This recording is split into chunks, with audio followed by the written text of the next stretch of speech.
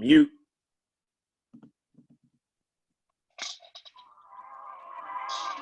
They say seven heads together is stronger than one. Making plays, open J's in the open run. If we talking about breaks and shooters filling lanes, all my dogs is down for war. You can tell how they train. Coaches coach and players play, but they learn from each other. If the roles are reversed, they Jason Kidd, we assist one another. Making strides for a ship in the regular season. Lacing up these nights, a band of brothers turning into some demons. Through the season, spring to fall, we gon' see who is working. When the winner hit the surface, gon' see who deserve it. Left competition in the dust, now the opposite deserted. Only lions in my circle, we hungry for purpose. Nothing's given, all these stripes, you can see that I earned them. Can't fuck the system, take the knowledge and study and learn it. Be as strong as the weakest, 1 through 12 is equal. Tried to trap me, saw it now, you know I had to thread the needle. You know I had to thread the needle, dry erase and draw it up, just trying to see my youngins eating. Yeah, you know I had to thread the needle, dry erase and draw it up, just trying to see my youngins eating.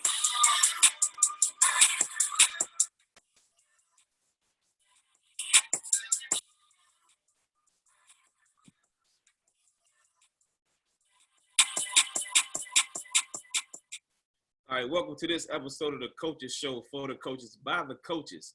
We have our special guest today from Washington Adventist University. Give it up for Coach Pat. How you doing, Coach?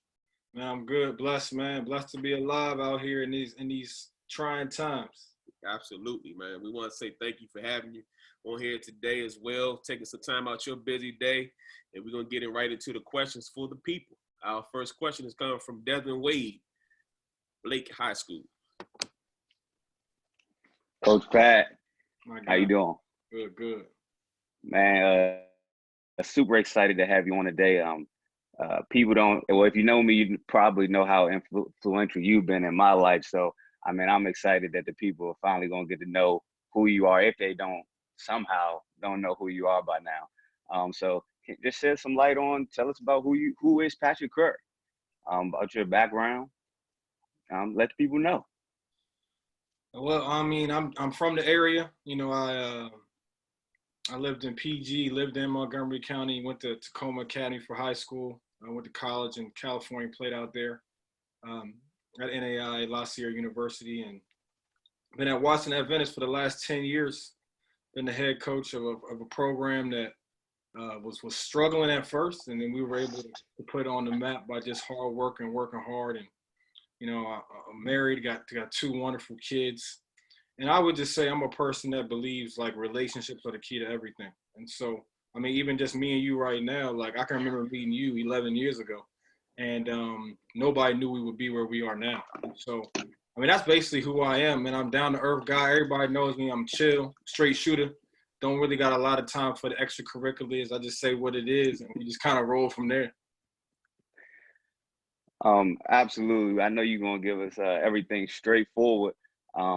So I'm going to go ahead and I'm going to get to my questions a little later, but we're going to pass it to my guy, Antonio Williams from Bladensburg High School. Coach, how you doing, man? Again, I'm back, man. Thank you for that history. Like Des Wade said, it's kind of hard to find somebody that don't know who you are. I remember our first conversation, I believe was at Riverdale Baptist at a coach's clinic, and you was putting on some things, and some of those things that you was doing that day, we actually do today at Bladensburg High School. So I want to say thank you for always sharing your knowledge. Oh man, whatever I got, somebody gave it to me, you know.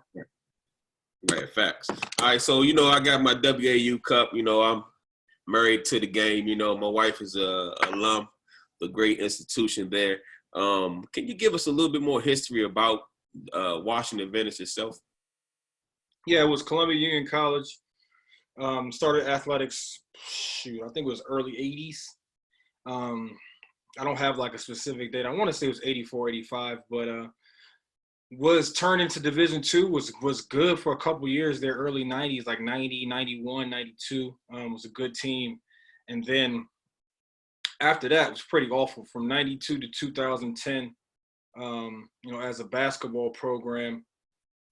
Just was bad. I think it was 14% winning percentage. Had no winning seasons and one season with 10 plus wins. from when I got there in 2010. And so institution, only private institution in Montgomery County, Maryland, 1 mile outside of DC. And I took over in 2010. And from there, we just started working. We got to be, 500 by the second year. The first year we had 10 wins. And so we turned NAIA in my fourth year, which I believe was 2014. And since then, we've been just in the NAIA going crazy, having a really good time, playing well. 4 21 seasons in the last 5 years, 4 national tournaments last 5 years, 2 championships. And so I've been very good, man. It's been blessed to be there and really work through it. A lot of people, they want ready-made situations, or they want to come into a situation and have everything change immediately. It just doesn't work like that. You got to put it in, got to lay the foundation early. So I've been blessed to do that over at Washington Adventist. Yes, it's great to hear that too. I didn't know that about Columbia Union. My other question too, can you explain to the people the rules, as far as like gym usage, game days, what days you can play and what days you can't play, in that nature? Oh, yeah. So being a 7-day Adventist institution, sundown Friday night to sundown Saturday night, we can't practice, can't have team meetings, can't play games. It's the Sabbath. And so, if you look at, the 10 Commandments, God said on 7 days Sabbath, And so as 7-day Adventist institution, we follow that law from the Old Testament. And so from that Friday night to Saturday night, nothing happens. And, when I was younger, I was like, that's kind of a deterrent, but it really isn't, because we're able to spend time where we give our guys a day off, so they're able to rest. We're able to spend time with them as well when we are on the road. Connecting with them on non-basketball things. We'll sit down and have worship, and you really get to know your players in between those meetings. People come from maybe an abusive household, different backgrounds. You learn more about them as people than players, when you're just worried about, are you getting buckets or not? So, that's one of the major stipulations in working at the school. Yeah, it's great to hear you say that too as well, because I also too followed those rules as well in the household growing up on a Saturday when everybody's watching cartoons. I was in church, so I definitely understand about that as well. And I know too, my other question I want to add on to this as well. When you say, so like, how does travel for a game? So like, how do you schedule a game on a Sunday? How does that work for us, like when it comes to like travel and stuff like that? Yeah, so when we play Sunday, we're good, but Saturdays, so Friday we'll play before so let's say we'll play like 2:00. Sun goes down at 5, so we don't play any later than 2 or 3 on a Friday. Okay. Saturday we don't play any earlier than 6. The only problem we usually get is those Saturday games when we don't get that shoot around time. Right. I do think sometimes it can be a little bit of a deterrent. But I mean, it's okay, man. I've been doing it for 10 years now, man. Probably play 50, 60, 70 games on Saturdays where we've been after 5 or 6 o'clock. So we kind of got a routine how we do it now. Good. Yeah, I always wanted to ask you that too. So that was one of my questions. I want to know, like, how could it get tricky like that? I know it can be, well, once you get used to it, I'm sure it's no problem. But in the beginning, I know it's a lot getting used to. And you feel like you're at a disadvantage if you're playing someone that may be on the floor before you can get on the actual floor as well. So thank you for that information. Everybody got disadvantages, man. The main thing I tell them is, like, do you think that team over there cares you didn't have to shoot around at 11 o'clock? They really don't care. So you better be ready to play. Right. Absolutely, man. So I'm going to pass you over to our good buddy down there at Southern High School. Got on his shirt. I don't got one, but he can go ahead. Will Maynard.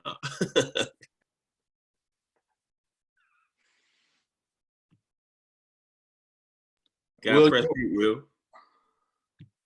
Will, you on mute? Even though your shirt looking kind of swollen. Your shirt, you on mute though. You on mute, Will? Oh, my bad. Hey, this shirt, I had this shirt 20 pounds ago. I appreciate it. You know what I'm saying? Now I just use it to walk around the neighborhood, but I appreciate it and definitely appreciate you. I know, you've always been a phone call away.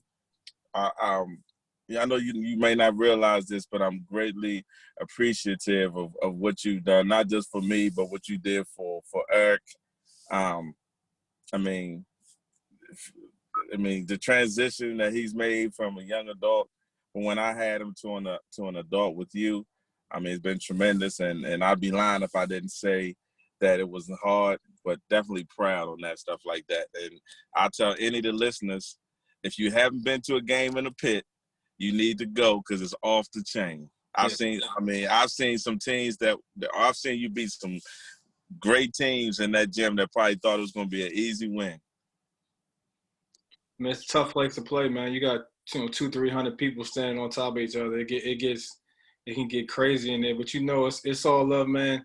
When I first got to this area, nobody knew me. When I came back from California, nobody knew me, and it was a select few dudes that really like reached out to me on some like brothership type stuff, growing the game. Everybody else was just like, you at Washington Adventist, y'all trash, whatever.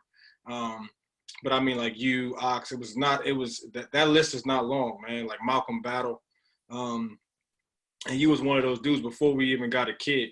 And then when we got Eric, and, what he did for our program is just, unbelievable. One of the all-time leaders in wins and points scored, championships, and everything else. And so I appreciate you giving me the opportunity to coach one of your guys. Nah, no, it definitely was a good fit. And I mean, Eric's constantly telling people about how great of experience he had and how much utmost respect he has for you. And it'd be a perfect testimony too, because you was always hard on Eric all the time, but he has so much love for you because he understands that you being hard on him was because of love, not because you didn't like him. And I think, unfortunately, a lot of kids don't understand that these days. Yeah, it's tough. It's tough. So my question to you is, can you explain the eligibility as far as the NAIA? Yeah, so you want to do freshman or transfer or both? It doesn't really matter.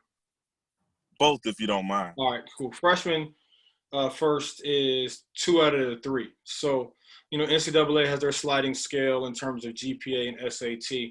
So we have 3 options. You have to meet 2 of them. First is the GPA 2.0, but there are no core classes. So as long as you graduate with a 2.0, you meet 1 out of the 3. Second is 940 on the SAT. So a 940 score on SAT. If you meet that and you have the 2.0, then you're good 2 out of 3. And the last thing is top 50%, graduating in the top 50% of your class. And so, they do this by helping a lot of people that, might not be great test takers. I think it's always good for, to me, I have a situation that with standardized tests in general, especially with different socioeconomic backgrounds and how it can affect kids not being able to have proper tutoring or being taught in the way that these tests are given. And so it gives everybody the opportunity, or even if you might struggle a little bit on your standardized testing, but are very, academically good in the classroom, graduate over the top 50% of your class. Because there'll be times where you have a guy, I had a guy at 3.4 GPA, but didn't have the SAT score 7-8 years ago when we were D2. And, under this model in NAI, he would have been eligible because he was a great student. He just didn't take the test well because of his small private school. He just did not have, great SAT prep and things like that. From a transfer perspective, if you play 1 year, you need 24 credits transferring in over your last 2 semesters. If you play 2 years, you need 48. If you play 3 years, you need 72. So those classes just have to be present on your transcript. They all don't have to transfer over.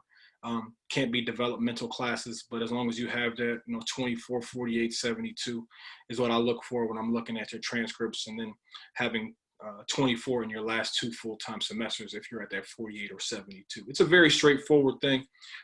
NAI doesn't use a lot of, different numbers from here and there. They're very straightforward with their approach to eligibility, which makes it simple and makes it transparent. Well, I appreciate that feedback talking about the eligibility of the NAIA, and I'm gonna pass it on to John Kamar of Parkdale High School. What's going on, Coach Pat? My God. How's it going, man? Blessed. Just happy to have you on this show. Known each other for like 4 or 5 years, and just seeing your work, and you're like one of the hardest working coaches in the area. So I just want to give you a huge shout out for that.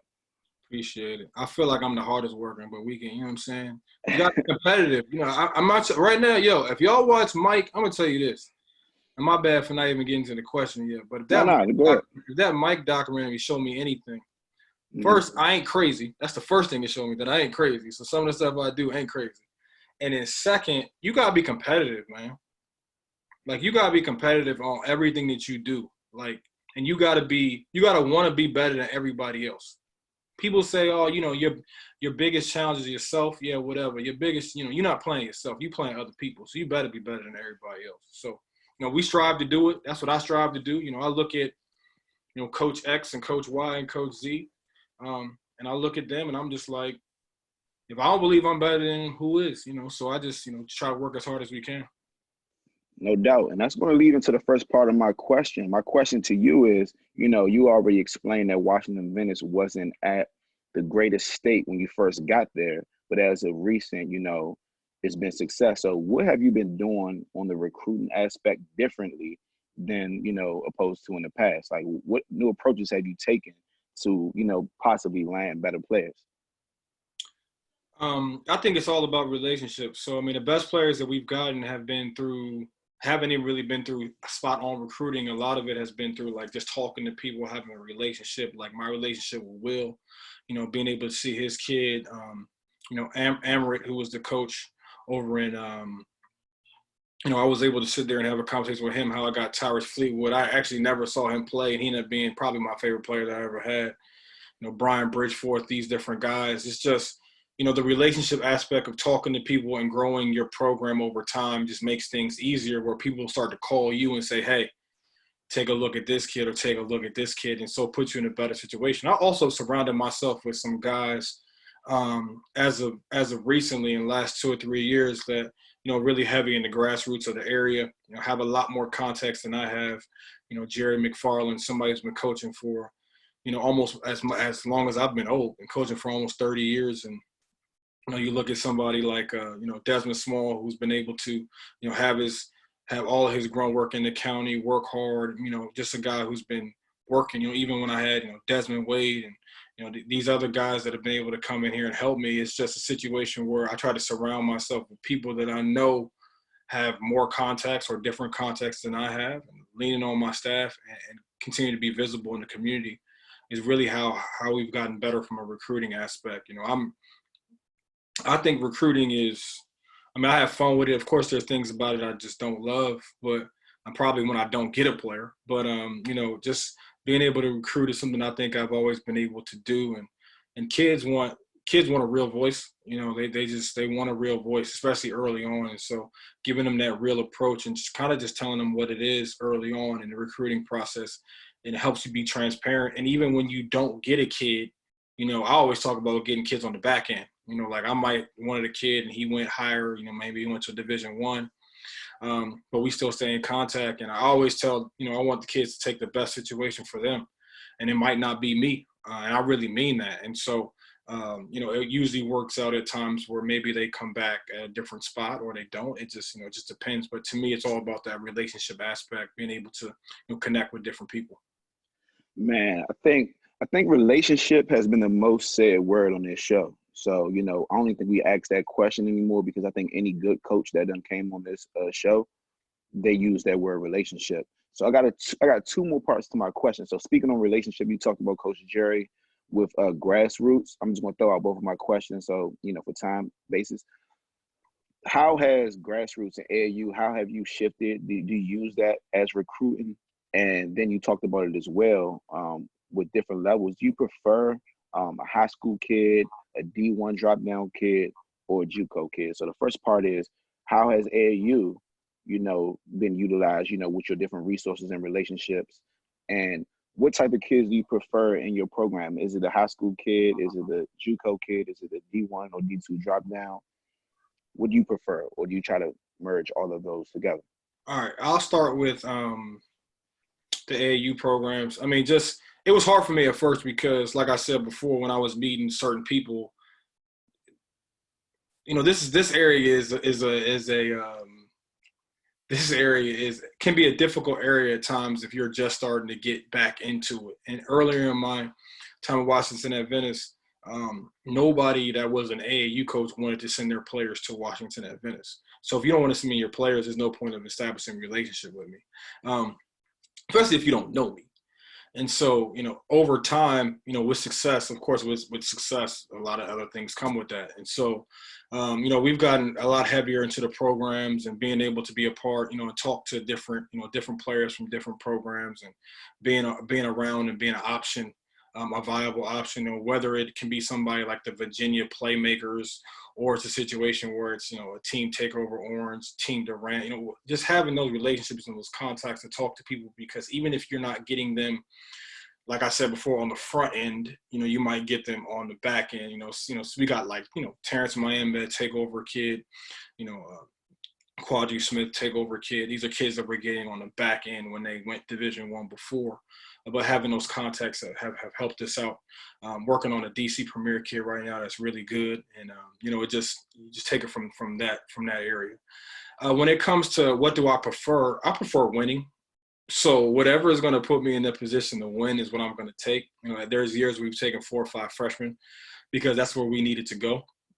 And then there's been years we've taken 3 or 4 transfers. This year we got 3 players that have signed already, and 2 of them are junior college transfers, and then 1 is a freshman. So a good mix. But I'm just trying to win. So for me, whatever puts us in the best position. Any coach that's a Division II coach or NAIA coach that says that they don't like Division I drop downs is a liar, because that brings a lot of talent and puts you in a great position to win. But some of my best players have been 4-year players, and some of my best players have been drop downs. So whatever puts us in the best position to win for that particular year is what I'm looking to go with. And that's how I pretty much roll. To me, it's all about winning all the time. Definitely appreciate that insight. Great answers, great responses. And I'm just going to go ahead and throw the behind the back pass to Tobias Jennifer from Huntington High School. What's going on, Coach? With my man, what's happening? Not too much, man. I tell you what, it's been a pleasure getting the opportunity to have you on and really hear a little bit about your background, coaching, and Washington Adventist, because I've always been a fan from afar of your program and of you. Obviously we haven't known each other very long. I think we met last year, and it could have been at Pittsburgh during the Pit Jam. Pit Jam. Definitely a Pit Jam. Yeah, if I'm not mistaken. But prior to that, you had such a big presence on social media, and I saw you interacting with a lot of guys that I follow and know. So I hit that follow button real quick, man. You always have a competitive edge. You always have good sayings and quotes and things. So I've kind of got to know you through that. But having you on here is a different light to you, and it's been amazing, man. Hearing the background. Appreciate it, my brother. It was a pleasure to meet you at Pit Jam. That was a great weekend. Oh, yeah. I'm not gonna go into too much detail. It may not be as an appropriate conversation, but no, absolutely great weekend, man. A lot of good basketball. Like I said, it was great meeting you. And some of the things, I always have my notes, and I say that every time we're on here because, it's just the way you got to get better. I always have my notes. So prior to really knowing you, I didn't know much about NAIA. I obviously I'm a coach. I've been in the game maybe about 5 or 6 years. But I didn't know much about NAIA, so I've really had to do my research over the last couple of years and really trying to get my kids to understand that is a very feasible route for a lot of you.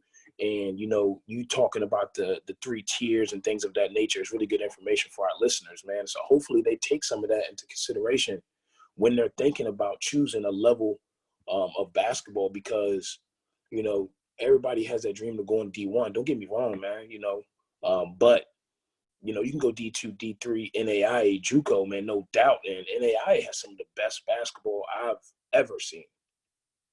Ever. So, I think that's a very, very good route for a lot of kids. And you've run a very, very good and tight ship program. It's a great level. It's a great level. Oh, absolutely. So my question to you is to kind of go and roll into that. What is the biggest misconception about NAIA, basketball as a whole, and what are some of the differences between NAIA and the NCAA?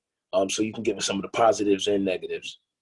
I would say the couple misconceptions. First, from and let's say like a coaching standpoint, I would say that from a coaching standpoint, like anybody can get into school.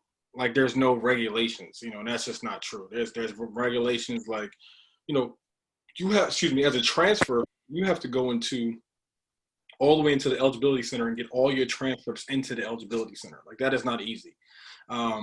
And they go through every transfer, every school you went to. I would say that's the biggest misconception in terms of like a coaching thing and from an academic standpoint. From a player standpoint would be that we are below Division III. That I think, a lot of people say, well, it's not NCAA, so they're not that good. When, I think when I've been Division II, and we're in Division II county here in the Mid-Atlantic. We were Division II for 4 or 5 years when I was there. So I definitely think that the NAIA is basically on par with D2. I think that D2 is deeper.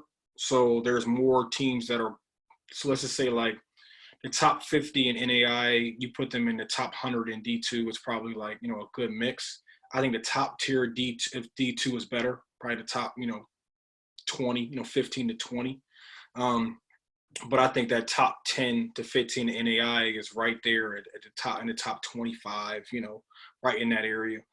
I think that, when you look at it as a whole, that's the thing that really gets to me is when people say like, well, this is scholarship athletes. So like, we're not talking about just funding for, different aspects in terms of Pell Grants. So these are a lot of times you're dealing with full scholarship athletes. And so, just that misconception that the level of the play is not the same. I mean, if you even did us, like so basically on this model of, NAI being below all the NCAA divisions, it will put Washington Adventist as, the worst school, one of the worst schools in the DMV in terms of, the level of play. It would put us below, just throwing names out there, okay, like Catholic will put us below UDC, will put us below a lot of different programs, just in the area. And when you really look at the makeup of our program and what we've done in the last 5 years, from a non-Division I standpoint, I would put our resume up against anybody's. And so, I just think that's probably the biggest misconception out there in terms of what really is the level of play and how good the players really are. The players are very good. Absolutely, man.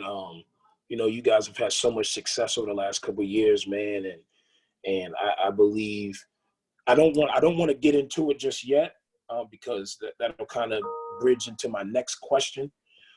But you guys have had so much success, and you guys do get overlooked, and that kind of goes back to what I was saying was that's why I didn't know much about NAIA because I just wasn't sure, and I was one of those same people that thought it's just a step above or below this division, that division, and I really didn't believe in it, and I was just a little naive. That was all. Not that I was disrespectful. I was naive, and now that I've been coaching and I've got a chance to understand what it's about and opportunities that it can give kids, I've come to appreciate NAIA as a whole. And like I said, you'd be a fool, or a kid would be a fool to not, give that a chance, or if they got an opportunity to give it a chance over this or that program because, I want to play here and I want to play on this stage. I've seen the success that you guys have had on the big stage, and I think it's up there with a lot of other programs. And I, like you said, I'd argue that you guys have had just as much or more success than a lot of the programs in the state of Maryland or the DMV area as a whole. So, Appreciate it. not a problem, man. So what I'm gonna do is I'm gonna bounce it over. So this bounce pass back over to Coach Wade. Man, I love that you actually got to tell your story a little bit, and just how hard you work, because sometimes people don't know. And so you mentioned you just trying to win. You winning all the time. And then I will also have to put the emphasis on that. You also want your players and your staff to win in life. I guess funny story is when I was on your staff, you when I first came on as a grad assistant, you was like, man, just be quiet and learn. Until today, I mean, I'll never forget that. And I was able to kind of just soak in everything from you and the other guys on the staff. I mean, and really instill some hard work just in day-to-day operations. So I just want to say again, thank you for that, man. And you told me you would fire me if I didn't try to take the next move. So pushing me to the next step. Yeah, man. It's seeing everybody grow to me. Like, I mean, you're the flagship guy, LeBrent Walker down at LSU, Tyrus Fleetwood, University of Florida, Antonio Ortega. I mean, just seeing all of you guys branch out and create your own legacies and touch kids in different way. It just, to me, is everything because, I'm gonna be done. You know what I'm saying? Like, I mean, this is my 11th year. I probably got 20 more years of this thing. And, you want, with Lord willing, and you just want to, to as many kids to be impacted as possible, as many wins and as many lives to be changed as possible. And so when I see you coach your kids, I feel like I'm coaching them. Like, I see you with your kids, and I saw the one kid you had this year, I told you, number 2, when I saw him, I mean, he's a solid kid, but I loved him not as a recruiter, but just as somebody that I hope that he has a good life where he gets a chance to play in college because I saw the relationship you had with him and how much he cares. And so to me, like, that's the stuff that nobody can write about. And that's the stuff that nobody has to write about, that nobody has to know about. That really makes it fulfilling for me because the champagne and the championships, they go away the next day because you're trying to chase another one. But that impact in lives, that thing stays forever. Absolutely, man. Absolutely. And I mean, I'm indebted to you forever. You would say no, but I definitely appreciate you for that, man. So just talking about this hard work, people don't know that your schedule just doesn't magically appear. You actually create your schedule. So can you talk about like creating your schedule on a year-to-year basis and like what factors go into that? It's the hardest thing we have to do, man. Like, it's the biggest thing I'm worried about this summer because we're trying to get games right now, and it's kind of hard seeing the fact that we've been pretty okay the last couple of years. And most teams, you have a conference, like a conference of games, and you schedule maybe like 8 games a year. I'm scheduling 32 games, and so trying to schedule 32 games and get the dates right and this right with this people and work, it is extremely difficult, especially when a lot of people don't want to play you. And so we've just been going through that. I'll call Division Ones. Of course, we're not getting any calls back this year based upon last year's performance. Try to call some D2s. Try to call NAIAs that we can get to. Like, we're going to Boston, and hopefully we're going to be able to go to Tennessee this year. So it's it's a lot of different things in terms of the scheduling, but it's hard. I mean, it's hard, but it's about relationships and putting yourself also in a good position to be successful. I think this year I really hurt us. I think we had 10 road games. We had 8 road games in a row, but in 4 different states. And so it was just kind of how the schedule crumbled, but it was very difficult for us to get on that bus. And, it was just tough. It's tough on your legs. It's tough mentally. It's tough with schoolwork. And so scheduling is difficult. It's the hardest thing we probably have to do at Washington Adventist just with our makeup. But, yeah, just got to get it done like anything else. Nobody cares. Work harder. Get it done. I mean, it's definitely the hardest part. I remember we would have a span of like maybe 5 games in a row on the road. But also it made us spend time together, and those were some of the greatest times that we had. So based on your success, do you think it'll impact the institution in any way with the scheduling? Yeah, I mean, I don't think we'll get a Division I game this year. I really don't think we will. It's going to be hard. We had some people reach out earlier. Then when they do like a little bit of homework, of course, they're going to look back to last year. And I mean, it's just going to be like, we'd rather pass. And then for you to get those upper, those major, like Maryland or somebody like that, your relationships have to be really tight to really go to that next level, or like a mid-major, high mid-major. It's really hard to get those because the lower to lower mids are looking at us like we're not playing them, which I understand it. I'm not mad at them at all, but I think like it's going to impact this scheduling this year. And so we'll get our games though. We always do. People are going to call me, they still calling me. They're going to call me in June, July. We need a game here or there. Can we make it happen? It always works out. We always get games. So it's just going to take a little while longer this year. Man, I'm excited to see who will be on the schedule. And, I'll definitely be in attendance. So I'm going to go ahead and touch pass it right back to Coach Tobias. Coach, it was that was great, bridging the gap between my next questions, especially speaking on schedules. And like I said, I've followed you on social media, and I've seen the impact that you guys have on the road and against different competitions. So we, recently we had a coach on the show from North Carolina Central, and they spoke highly about your program and you as a whole. Can you talk about? Well, first I'll say this: they definitely spoke about not playing you guys, not getting you on the schedule. And that I guess that's a testament, to the success that you guys had, especially last year. But can you talk about the epic season that you had this past year and beating those D1 schools and what was that run like? The first half of this season, I've never had that fun coaching. Never. I would say from November to, probably October when we were practicing. From October to January, it was the most fun I've ever had coaching. We really didn't even have any problems. Like we had maybe one or two incidents in the preseason, which is not typical of us. Usually it's wild. WAU preseason is wild. Somebody's probably not going to make it. Somebody's going to had to get let go. Somebody's going to fight. It's going to be wild. And I kind of put together a hostile environment early just to challenge guys to see what they're made of. If you can't deal with me, for 2 weeks of straight practice, how are you going to deal with, Division I on the road when you got 2,000 people yelling at you? And so, but this year was great, man. It was almost like a video game early on in the year. I could call a play in option 4. They would get it to him on time. He would miss a shot or make the shot, and that would be it. And, started off with Oakwood. You had a really good home game, first game, and then beating Howard was a crazy game. It was a historic game for us. We've been close with them 2 times, and nobody even acknowledges the fact that we were basically knocking on the door twice before and just weren't able to get it done. And then we got it done. It was big time for us. We were happy. First Division I win for the program. And then we had a great start, top 10 in the country. And then the Dell State game.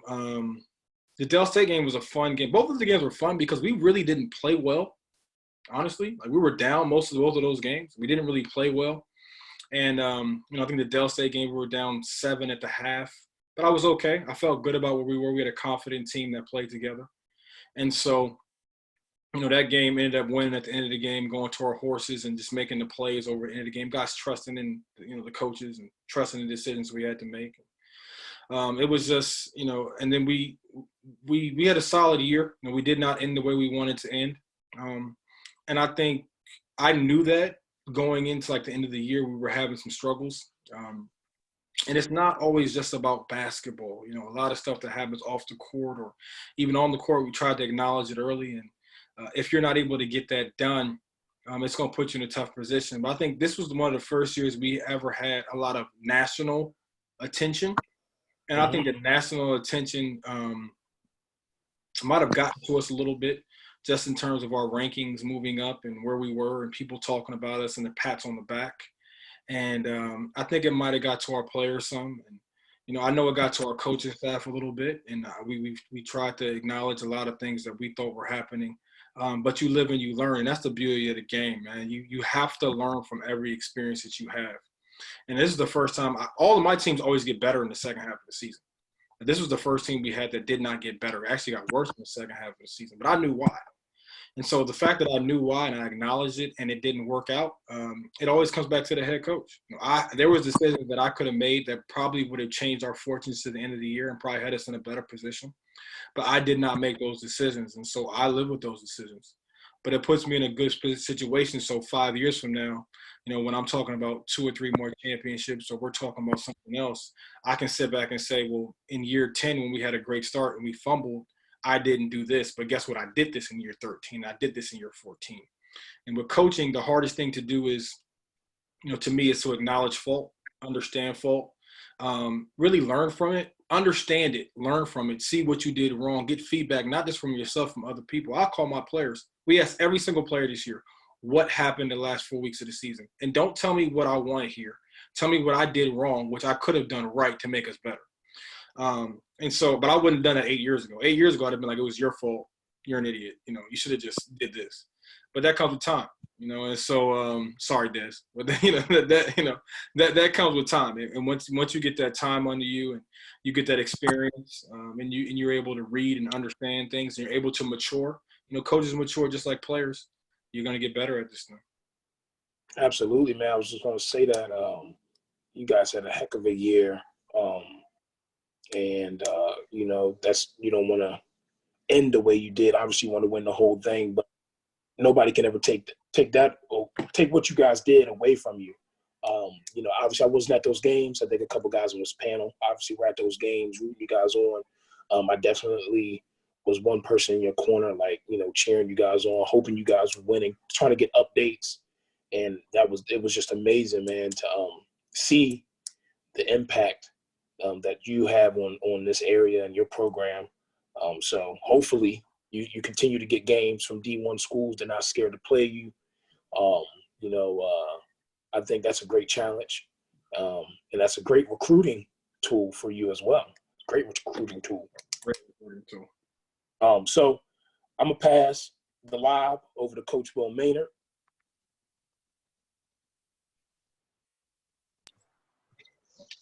Coach, and so my question to you is, you explain the championship that you won since you've been at Washington Adventist? You broke up a little bit. I just heard championship and then won at Washington Adventist. I said, can you explain to us the championships you won at Washington Adventist? Yeah, so in 2014 we won the USCAA National Championship. You know, 22-8, very good team. That team beat Bowie State first time in 22 years at the time. That team set the school record for wins with 22. That team had no all-stars. I love that team. 8 guys average over 8 points a game, between 8 and 13. No stud guy, just a bunch of guys that play together, play hard. I love that team. That team, I almost feel like that team made me. And then 2017, which is, to me, the team. 12-0 start to the year. Had beat a ranked Virginia Union team that was top 25 D2 at the time. First team NAIA ever national ranking, conference tournament championship. First time in 20 years in the NAIA. I mean, that team right there, I mean, you got 4 1,000-point scorers.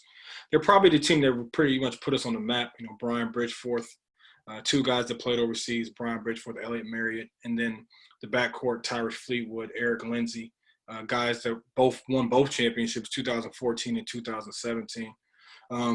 You know, they were just special two sets of guards, and I love those guys. I mean, like, I got pictures of them in my basement, and not even basketball pictures, just us hanging out together. Pictures on my birthday, and it goes on. I called Eric this morning on FaceTime, talked to him for about a good 20, 30 minutes. And so those championship teams were special. I mean, like, the one thing about being on a championship team and, you know, winning, you know it's hard, you know it's difficult, you know there's ups and downs, but you know the formula. And so, and you know when you have it and you know when you don't. And so, you know, getting that formula and making sure you stay with it, that's why I'm so excited about the year we have right now, because we got our junior class, which has been with us for, you know, 3 years now, you know, Freddie Liriano, Shaheem Gilgerson, Derek Hopkins, Ethan Murphy. These are guys that have won 45 games in 2 years, been to 2 national tournaments, that have had a lot of triumphs, and at the same time have had a lot of disappointment. So having those core guys being able to really grow up this year, mixed with some of the transfer guys and the freshmen that we have coming in, to me has us poised really to do something special. And it's really going to be because of that class that we had 2 years ago. That's really going to, I think, push us forward this next year. Now, the And the NAIA has gone to just one division, correct? Yeah, so this will be the first year for one division, 2021, one division. Looking forward to it. Looking forward to the challenge. 64-team tournament that will break down into a 16-team final site. So the first 2 rounds will be held at different sites around the country, and then the final site will have 16 teams. Jeez, it sounds like some good bump. Good bump. Elite bump. Oh yeah, it is. And it's funny because one of my good friends, actually, he played at Mountain State. Mm-hmm. And a lot of people don't know Mountain State was an NAIA school in West Virginia that was really good. And I swear you guys remind me so much of them, so much of just a program where you guys where Division I schools were scared to play you guys and stuff like that. So I'm looking forward to the day you guys win that championship, because I'm speaking into existence. I know it's coming. Yeah, man. That's what we're working for every day. Yeah, all right. Well, I appreciate that input, and I'd like to pass it along to Antonio Williams. Yes, sir. All right. So, man, we're going to turn up a notch. As you know, anybody that knows me well, I'm big on history. I love to see guys get their roses beforehand while they can actually smell them. Can you talk to us about some notable players that played for you, or even before you got there, Washington Adventist? Yeah, I mean, I would say, before I got there, Sullivan Phillips, he was my assistant coach for 4 years, played in 13 countries, 13-year pro career. I would say he's the most decorated player to ever come through our program. And then he was able to come back. He only was there for 1 year as a player. He was able to come back with me and then win 2 more. He's just a winner. Watching the Jordan documentary reminded me of him so much, because just so many things he says, like, oh, you're just not a winner. You don't understand what winning is. Like we win a big game, everybody would be excited, and he would just be like, that's what we do, we're winners. Like, why are you guys surprised? This is what we do. Sullivan Phillips is just, to me, one of the guys from back before my time. I would say since I got there, definitely, Jamie Newton was a great point guard, a great player.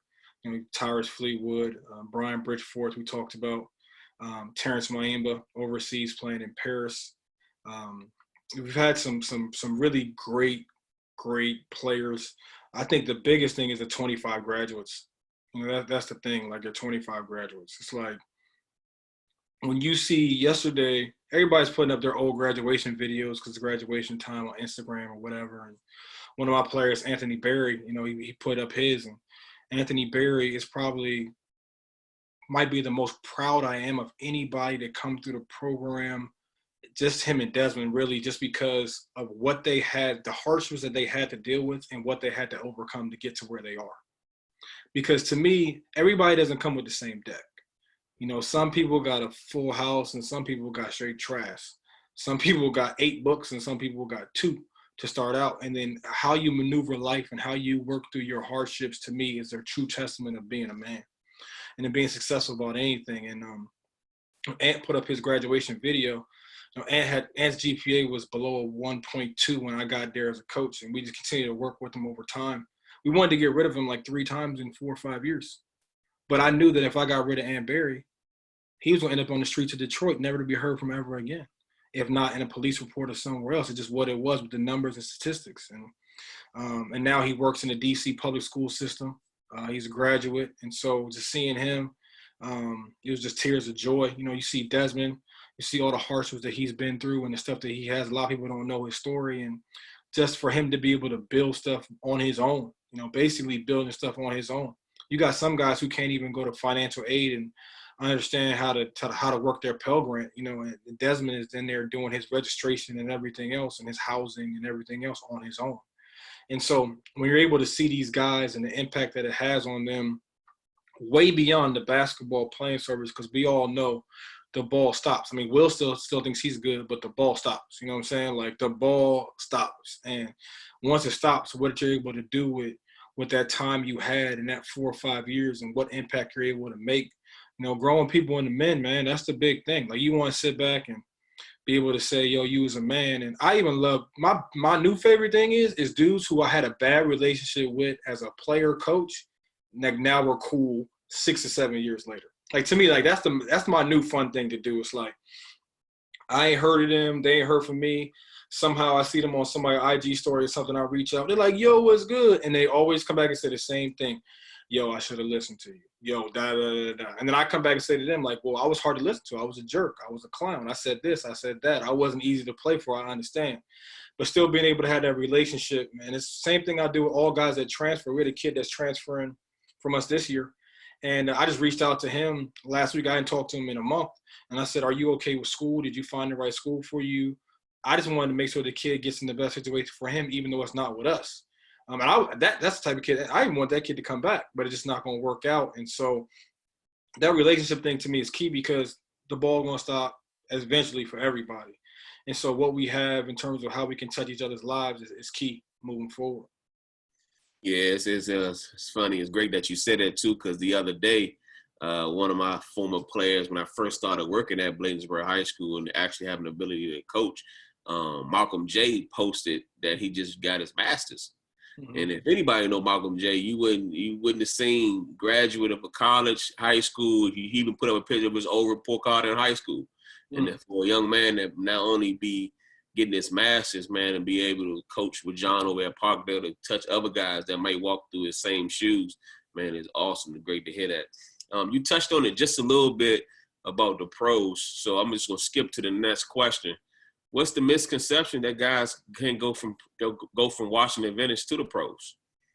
I don't think it's a misconception. I think it's reality. I mean, you look at, we've sent more pros than anybody that's a non-Division I team in the DMV, which is, reportedly the richest basketball area in the country. And from a non-Division I perspective, you look at our numbers over the last 5 years, 5 players in 5 years, nobody has done that. Mm-hmm. And so I don't think it's a misconception. I just think that's one of the reasons why people find us attractive. They find it as an attractive destination because they know that, at the end of the day, we win and we've been able to produce some pros. And most guys coming up, they want to play basketball, they want to graduate, and then they want to be a pro. And so my thing is you got to look past all the other stuff. College comes, people are looking at college. I understand it. They want a great facility. They want this and that. They want to be an Omega Psi Phi. They want all, we don't have a lot of that stuff. And I understand that. But at the end of the day, you're going to hoop, you're going to win, you're going to graduate, and you're going to be able to be a pro if you're good enough. And if you're not good enough, you can get a job. So, it just, my whole thing is we put you in position to be successful. What you do with that is on you. So too, it's my last part of this question. Can you name some of those guys for us and for the people that's listening that went on in the last 4 or 5 years to play professionally? And if you can name the locations as well. Elliot Meredith was in Mexico. Brian Bridgeforth is in Istanbul, Jordan, and I think Turkey.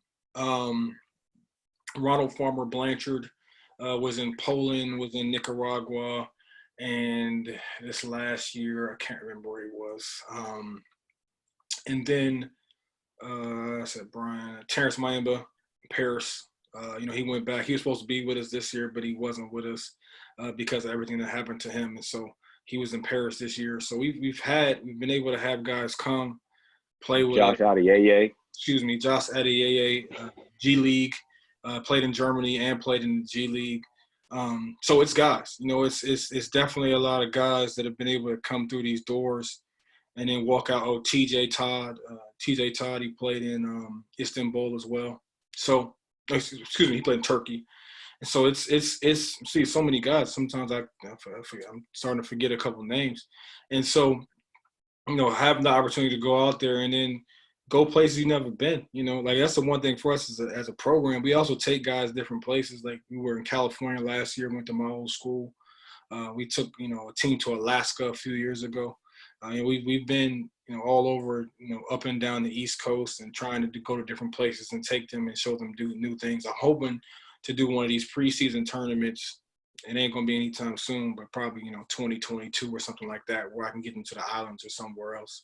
But that impact of being able to play, it's definitely, huge. And I think, Xavier Sowell's up next. We're gearing him up right now, working on his agents and everything he needs to go to get to the next level, because he's definitely a professional player. And then I think we got, potentially 2 to 3 guys in the program right now that will have a chance and have a shot to get there. Okay. Yeah, it's good, man. Just wanted to get those names out there for the people, man. And me, I'm never shocked about what you do over there and what you guys are able to do. As you say, I'm married to the family, so we WAU for life. So I'm gonna pass you over to John Kamar of Parkdale High School.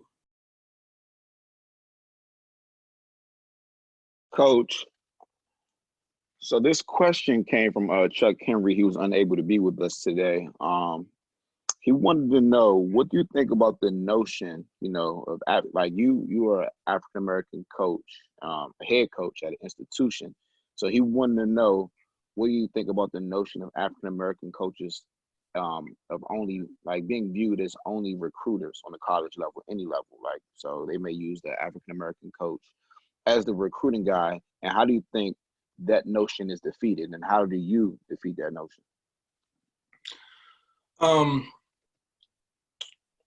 Difficult question. It's definitely a real question. But I also think that, there are also times where we look at things from the outside looking in, and sometimes not from the inside looking out, where guys might be perceived as recruiters, but they're actually in there on the day-to-day out there and really grinding it out, working on stuff, putting in different, situations on plays and things like that. On my perspective, as currently as I am as a head coach on the Division I level, as a head coach on the NAIA level, I think of it as I have to do everything above board. So everything for me has to be even higher and above. But that's not just basketball. Like, if you're a doctor or a lawyer or whatever, being an African-American in our day and age in this country, probably for the rest of our country's history, you got to be above board. And so for me, continue to be above board, showing my transparency, showing who I am, I really think that's going to go beyond race. I think it goes beyond sex, gender, everything. It just goes beyond it, as long as you're true to yourself and your moral values and who you are as somebody coming up. I think when you're looking as being a coach, it's so hard to get in coaching that a lot of times guys might take a job that puts them in a situation where they might only be viewed as a recruiter, but it's so hard to get into coaching. A lot of times you're just going to take a job that you can. It's not like you can't be bougie on this coaching thing, especially when you're talking about getting into college coaching. It's very hard to get into, and it's very hard to move up. It's just not an easy business to move on. Now you have, we're even dealing with now with ex-NBA players dropping down, things like that. But for me, I'm all about, presenting myself on who I am on a daily basis. And a lot of, people might think, so I'm on Twitter now. I just started my Twitter that I have now a year and a half ago. And it kind of blew up, but I started it because I had to come to the realization, like, nobody's going to know who I am. Nobody's coming to look for me at Washington Adventist. Like, and just in terms of players and coaches and connecting over the country. And so I had to use it as a platform for me to kind of grow the brand of the program, and then to grow my personal brand as it is, and moving it forward and trying to connect with different people and build those relationships, because we know that's the key to business and that's the key to life. Your relationship with your God, your family, your wife, relationships are the key to everything. And so I think as an African-American coach, being above board on everything else is just a stipulation for what we have to do in society to be successful in general. I think that we need to have more jobs. I don't think we have enough jobs right now, and I think it's a lot of people out there that work hard that deserve those jobs. But I also think the landscape of athletic directors and the makeup has to change as well. People hire people that look like them, and people hire people that they like to look at or they like to see. So a lot of times, you're going to hire people based upon your feeling of them personally than not just what they do on a production standpoint. So I think it's a lot deeper. But I definitely understand, where it is. And, as an African-American coach, I'm always pulling for my brothers to make it and to move the needle and push the needle and try to get going. But I always look at myself as that. Like, when I'm on the stage, NAIA is not it's not a ton of African-American coaches. I'll go to, I think went to the national tournament. It was 2 coaches that were African-American. So it's like, I'm in a situation where everybody's going to be looking at me for certain things, and they're going to judge a lot of people based upon my actions and how I am. And it's kind of a reason why I kind of, I am who I am in terms of being transparent, because to me, I want to make sure everybody knows, like, Pat wouldn't do that, or that's not Pat, or that was Pat. That's exactly who he is. And just being real. And that's what it really comes down to. But it's an excellent question. I think we got to understand what we have to do. We can't complain about it. Talked about it before, the haves and the have-nots. If you're a have-not, nobody cares. Work harder and get it done. Definitely appreciate it, man. I'm sure Chuck will, tune in later and, type into the show and make sure he hears the question that you answer, and I'm sure he'll be appreciative. But I can definitely attest to you on a social media platform, and you saying you just started a year and a half ago. You're doing an awesome job. If I was a young recruit and I seen Pat Crarey, Twitter at that, I would think I was going to a high major level, college. The way you perceive your program is every coach should, on social media. So you're doing an excellent job on the social media standpoint, because you brand your program as it's the biggest program in the nation. And that's how every coach should, brand their program. So that visibility that you carry on social media definitely has impact with other coaches, like Tobias stated earlier. Like, he's tuned in. People want to see what you got to say. So let's keep that going. Absolutely. So I'm gonna pass it to Coach Will Maynard. We almost, we're about to wrap up a little bit.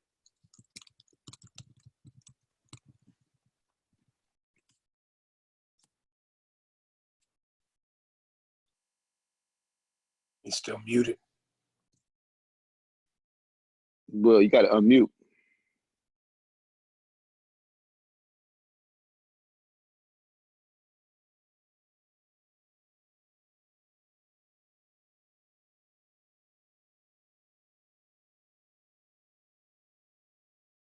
All right, while we wait for Will, I'm gonna pick up the pieces, man. We in transition, and he got trapped in the corner, so I'm come flashing to the middle, get the high look, looking down low. So coaches, we want to ask you this question: what do you think coaches do to look up to the philosophies of coaches? What do you do? What type of philosophies? I just read a lot of books, man. Like, I'm a big football dude. Like, it's crazy because I'm a Redskins fan, so I don't really like football. You know what I'm saying? Because, I'm going to just stay what it is. I'm with the home team. That's a gang forever. I wouldn't like football. Redskins fan. But I just, in terms of, I don't think there's any better leaders in sports than football coaches. Imagine, like, being a college football coach and managing like 125 players and a staff of like 40. Like, your management style and leadership style has to be out of this world. And I work worried about 15 players and staff of 4 or 5. Like, and they're doing that times 8. And so, do a lot of reading, man. I did a lot more earlier in my career. Like, I would always tell everybody to read 11 Rings. 11 Rings is an amazing book by Phil Jackson. Sacred Hoops is a sleeper book by Phil Jackson. I read 7 Seconds or Less on the Mike D'Antoni Phoenix Sun story, how they first came about, just some things they did in practice with the shot clock and things like that. Tony Dungy, I read Tony Dungy. I also have his daily devotional books. Urban Meyer, Urban Meyer's book is great. I have a Nick Saban book that I'm currently in right now. There goes the Nick Saban book right there. I got the Nick Saban book. I'm currently on that right now. It's a great book. So being able to read the books of coaches and then reading leadership, whether it's a Gordon book or, whatever the case it may be, having these books and being able to understand them and read them, it helps you put together your own philosophy. Because you gotta be you. You know what I'm saying? Like, you gotta be you. Like, I've taken stuff from Bobby Knight, I've taken stuff from Phil Jackson, I've taken stuff from Greg Popovich, and you try to mold it into who you are and who your personality is, and then make it into your own. Because a lot of stuff we're gonna take from a lot of different people, but at the same time, what makes you different? Like, what sets you apart? Why are you you? Are you a carbon copy of somebody else? Because you can never be the same as another man. Right. But like, how do you mold this with your own ideas and your own experience to put yourself in the best position for you to be successful moving forward? And so coaching philosophy is a big thing, but I've learned more from my failures than I've ever learned from my wins. And so, I think a lot of my philosophies come from failing and then coming from reading books on different people and things like that. Mm-hmm. Yeah, I'm with you on that too. Like we say this a lot, and I know that word come up, relationships. We talked about that a lot all time when we were on the show. But the other thing that we tell, if you're not stealing, you're not coaching. So the ideas are out there because great coaches love sharing ideas.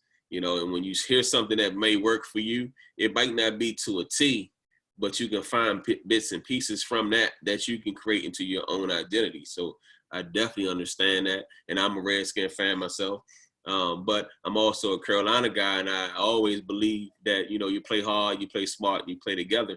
Those things are coming into place when it comes to being successful as not only as a coach, but as a program as well. So thank you for that insight, man. So what we're going to do before we close out, we want to ask you, do you have any questions for us as high school coaches, or anything that you may want to ask about, the Last Dance or In the Water or anything like that? So, yeah, I mean, I'll just, I'll keep it brief.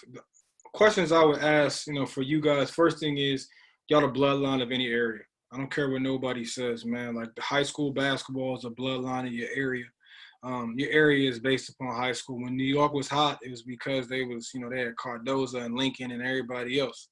When I was in California for school, they had Fairfax, Mater Dei, Dominguez. It was LA was hot. I mean, LA's still hot, but I mean, it was big hot back then. And so, for me, being able to grow up here, like, y'all have I think you guys know it, but a lot of times, because there's so much money out there and money drives the mind, you guys might not understand how you guys are really that lifeline and that blood and that true grassroots basketball. And the defining moment of any era that there is high school basketball. And so my respect level for y'all, having players come in different years, not being able to pick your players, being in public school, a lot of times having guys come in and having to feed in through the 7th and 8th grade is commendable. And then having to work through, different counties, and being able to produce your brand. Desmond Wade over there in Montgomery County sitting nice, but, everybody else, we out here working. So and just letting you guys know, you guys are appreciated. And you guys are the lifeline that we need to survive as college coaches. And every college coach has had some stint in high school, whether they were playing, managing, coaching, or whatever the case may be. My biggest question to you guys, would be, when you guys are looking to send your kids to school, do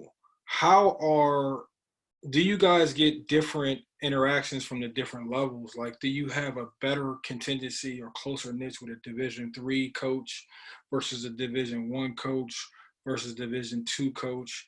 And then what do you think separates,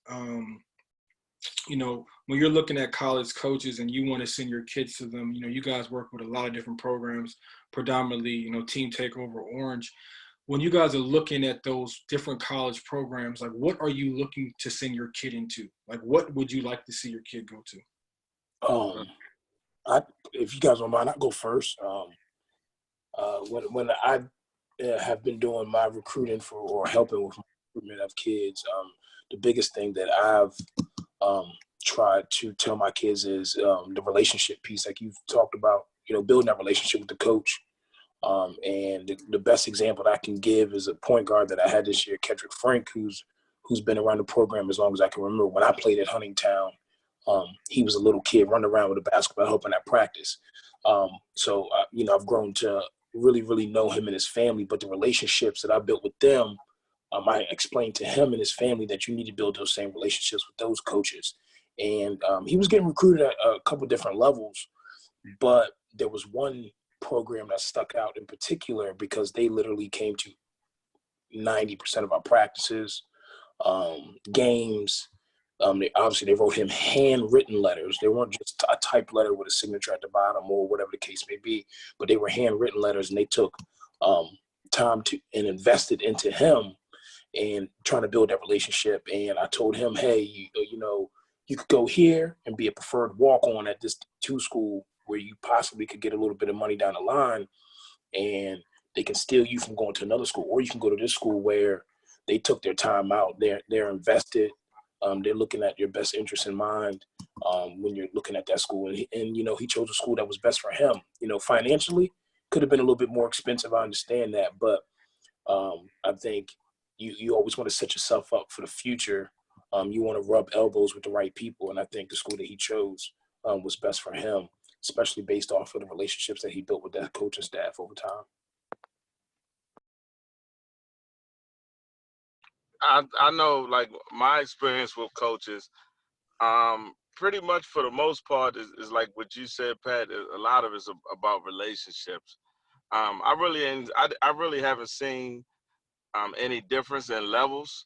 I've talked to Division I guys that were great guys, down to earth, you know, like you. And then you've had Division I guys that you could tell that they're either arrogant or uncomfortable talking to people they don't know.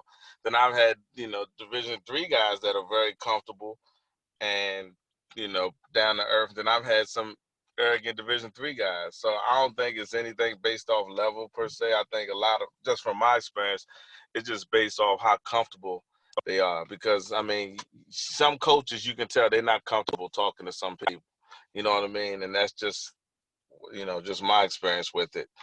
You know, and that's why it's very important with kids, you know, finding a fit, finding a coach that meets their demeanor. You know what I mean? Like, you know, if I know this kid can't handle being yelled at, I know I can't call Pat and say, hey, you know what, Pat, I got a kid for you.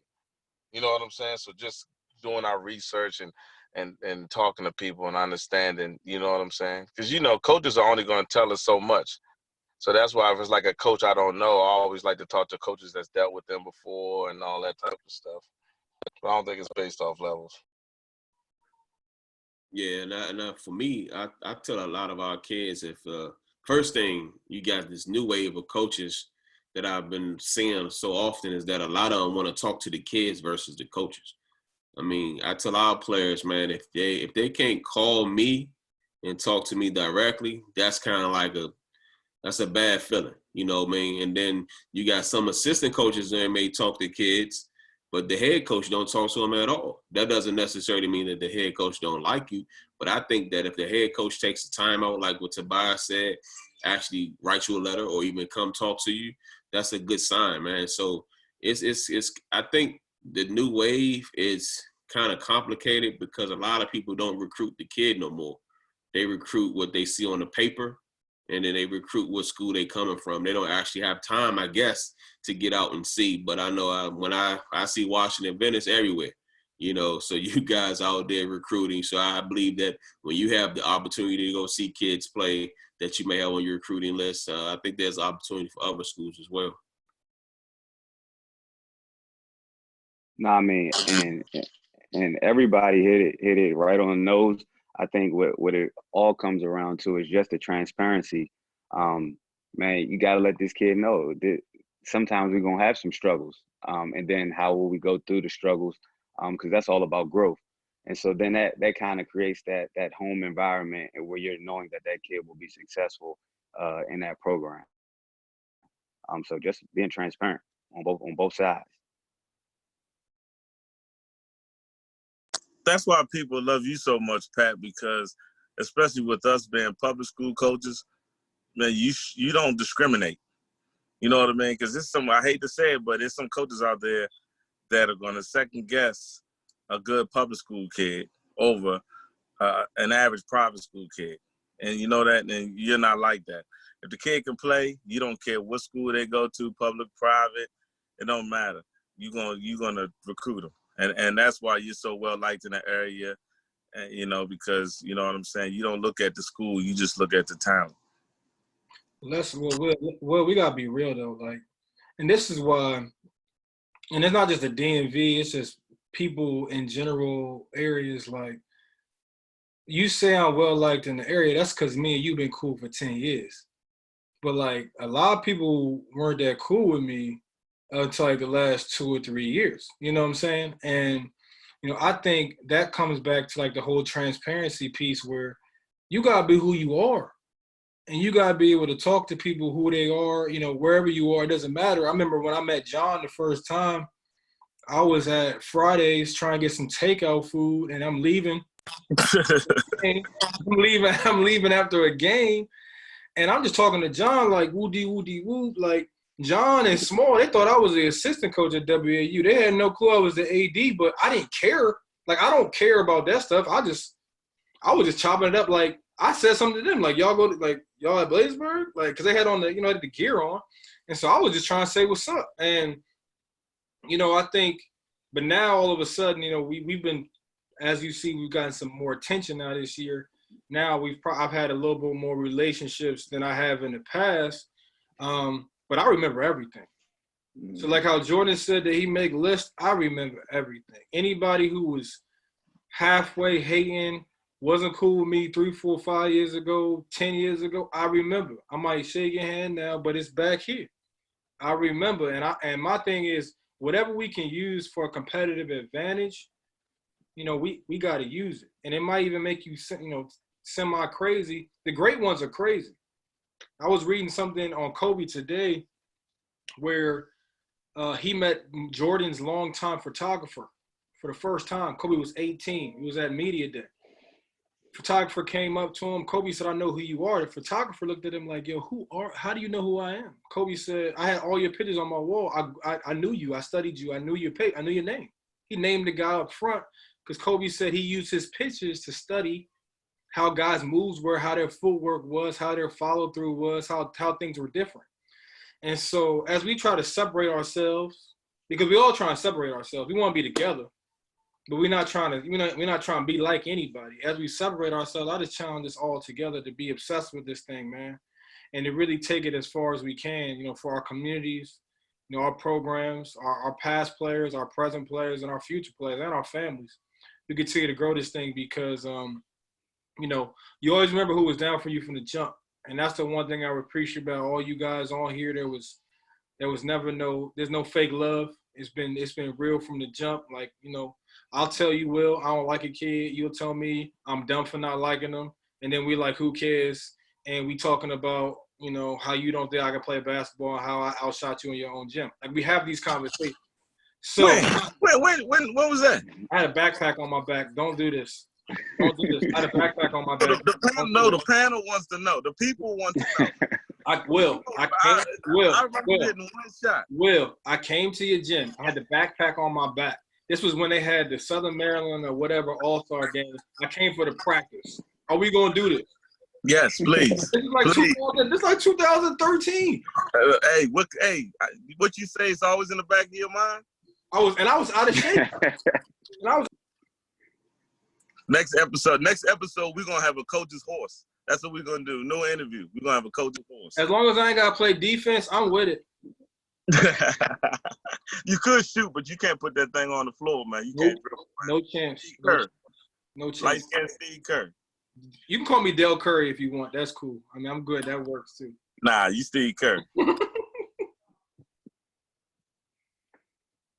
But that's it, man. I definitely appreciate y'all, man. And it's really good to sit up here. And this ain't even, it's like we just talking. It's just really good to have y'all. The next time somebody have a barbecue, though, I don't get invited, though. I'm putting all of y'all on the list. I'm going to say that off the rip. Yeah. Yeah. I want no smoke. Y'all try to put me on the barbecue list. Yeah, I'm just trying to get invited. I told Smalls, whenever the grill is open, everybody come in because I cook more than enough. Because once I start, it's on and popping. Coca-Cola ribs on deck. You know what I mean? Just pull up. We'll say my address on here, but too many people are gonna be watching. Definitely appreciate you, though, Pat. Man, we definitely do. Definitely. It's nothing I can really say that I haven't said already. We all appreciate you for opening your door for practices, games. I mean, I was like Tobias too. I didn't know anything about Washington Adventist University. But that's me being naive and not knowing, not doing no research. And one thing, too, I wanted to ask, I'm glad I said that. What's the next closest NAIA school to you all? The closest NAIA to us would be Penn State School. They just got in like 2 years ago, though. They're like 2 hours away. Huh? Is that Coach Hammett team? What they call Penn State? No, they got like 10 Penn States, but only one of them is NAIA, Penn State School. And then you got Bluefield, which is down there. It's almost in West Virginia. Excuse me. And then you have the schools in Pittsburgh, which is Point Park and Carlo, which are 2 schools there. And that's my main issue with the Mid-Atlantic. Like, it's not, I don't blame anybody. Like, it's not y'all's fault that you don't know about NAIA. Like, if you went to Texas, they know. You in Florida, they know. You in California, they know. You in Oklahoma. This is because regionally based, we're basically the only school in the Mid-Atlantic. So if we're the only school in Mid-Atlantic, you know, it's going to be hard to really understand it. Like in Indiana, they all know. You know, they got one junior college in Indiana. It's all 4-year schools, all scholarship schools. So, you know, that's why it's a little difficult, you know, when you guys, a lot of people just don't understand about NAIA. So I don't even take it I used to take it personally when I was younger. I don't really take it personally at this point in time. I just try to educate everybody, be like, yo, this is what it is, da, da, da, da. And if you don't think we that good, tell your favorite team to play us. Boom. Mm-hmm. Is it Penn State, Wilkes? No. Okay. Schuylkill. Okay. It's not Hammond's team. Okay, got it. Okay, cool. All right, so we're going to sign out, man. We definitely appreciate you, man. From the Coaches Show, from the Dry Erase Board panel, we say thank you again. It's a pleasure having you on. All right, fellas. Appreciate it. Only line in my circle, we hungry for purpose. I earned them. Can't fuck the system, take the knowledge and study and learn it. Be as strong as the weakest, 1 through 12 is equal. Tried to trap me, saw it now. You know, I had to thread the needle. Dry erase and draw it up, just trying to see my youngins in. Yeah, you know, I had to thread the needle, dry erase and draw it up, just trying to see my youngins in.